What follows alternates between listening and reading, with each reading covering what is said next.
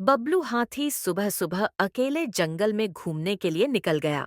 वह अपने तरीके से चल रहा था। ऐसा लग रहा था कि उसके मन में कोई समस्या है जिसे वह सुलझाने की कोशिश कर रहा है। जैसे ही वह सड़क पर आगे बढ़ा, एक खरगोश उसके सामने दौड़ता हुआ चला गया। बबलू का पैर उस पर पड़ने ही वाला था कि खरगोश जोर से चिल्लाया। उसकी आवाज सुनकर बबलू ने अपना पैर पीछे खींच लिया। कहाँ खो गए बबलू भाई? कहीं नहीं, मैं बस सोच रहा था। किस बारे में? जानकर क्या करोगे? शायद मैं आपकी मदद कर सकता हूँ।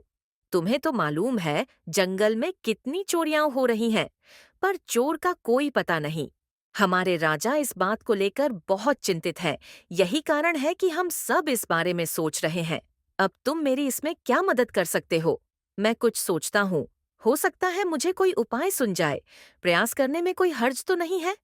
तुम ठीक कहते हो चीकू, लेकिन वन के गुप्तचर भी अभी तक इसका कोई हल नहीं निकाल सके।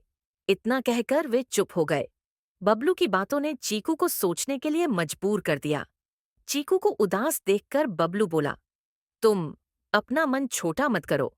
मुझे अच्छा लगा कि तुमने मेरी परेशानी को समझा। कभी मेरी इस वन के लिए गुप्तचर का काम करता था। कबार मेरी टांग टूट जाने से मेरे अंदर फुर्ती नहीं रही। तब से मैंने यह काम छोड़े दिया। चीकू, तुम चाहो तो ये काम दोबारा कर सकते हो। वन के प्राणी ज्यादातर दिन में भोजन की तलाश करते हैं, वे रात को आराम करते हैं। तुम दिन रात दोनों में ही भोजन की तलाश में निकल सकते हो। हो सकता है रात को तुम्हें कुछ ऐसी बातों का पता चल जाए जो हमारे काम की हो। हाँ बबलू, तुम ठीक कहते हो। मैं आज रात को वन में घूमकर इस बात का पता करने की कोशिश करता हूँ। थोड़ी देर बातें करके चीकू अपने बिल की ओर बरच गया और बबलू अपने रास्ते चला गया। चीकू के दिमाग में अभी तक बबलू की कई बातें घूम रही थीं। उसे समझ नहीं आ रहा था वह बबलू की मदद कैसे करे। दिन भर वह उसी उधेड़-बुन में लगा रहा। शाम होते ही चीकू कुछ सोचने लगा और वह चुपचाप बिल से बाहर निकल आया। चीकू की पत्नी ने देखा तो बोली, इस समय कहाँ जा रहे हो? बाहर खतरा है। खतरा तो सुबह ही रहता है, लेकिन खतरे से डरकर हम भूखे तो नहीं मर सकते। मैं बाहर घूमकर आता हूँ। इतना कहकर चीकू रात को दिल से बाहर निकल आया। कुछ दूर जाकर उसकी नजर बंकू उल्लू पर पड़ रही, जो कुछ ही दूरी पर था।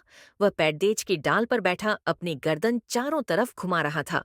वह तेजी से पेड़देज की एक डाल से दूसरी डाल पर उड़ेच रहा था। बंकू की नजर उस पर नहीं पड़ी थी। कुछ सोचकर चीकू पेड्डे के पीछे से बाहर निकालकर थोड़ी खुली जगह पर आ गया और वहां से बंकू उल्लू को देखने लगा। बंकू ने चीकू को अंधेरे में भी देख लिया और उसने उसमें कोई उत्सुकता नहीं दिखाई और अपनी गर्दन चारों ओर घुमाता रहा। चीकू बड्ढी देर तक बंकू की हरकतों पर नजर रखे रहा। वह थोड़ी देर तक खुले मैदान में खद्दा रहा, पर बंकू ने उसे देखकर भी अनदेखा कर दिया। उसने महसूस किया कि बंकू के आसपास कुछ चमगादड़ भी मंडरा रहा था। कुछ देर वन में घूमने के बाद चीकू अपने बिल में लौट आया और सुबह होने का इंतजार करने लगा। अगली सुबह बबलू उसी रास्ते में जा रहा था। रास्ते में चीकू उसका इंतजार कर रहा था। आज बड्ढी जल्दी आ गया। बबलू, हाँ, आजकल मुझे चिंता की वजह से नींद नहीं आती। कोई नई खबर है क्या? यकीन से तो मैं नहीं कह सकता, पर मैं तुम्हें ऐसे प्राणी का नाम बता सकता हूँ जो शायद चोरों की मदद कर रहा है।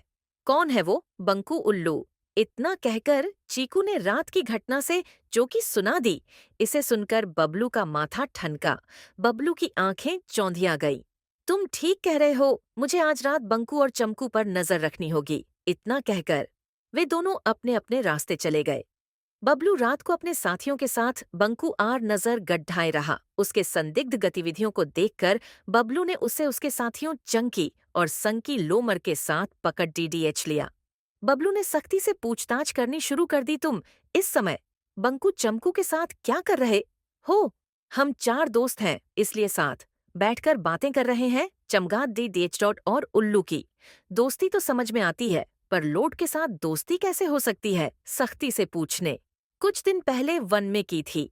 बबलू ने उनकी चोरी का सारा सामान भी बरामद कर लिया। बंकू और चमकू को अभी तक समझ में नहीं आ रहा था कि वो इतनी आसानी से कैसे पकड़ डीएच में आ गए।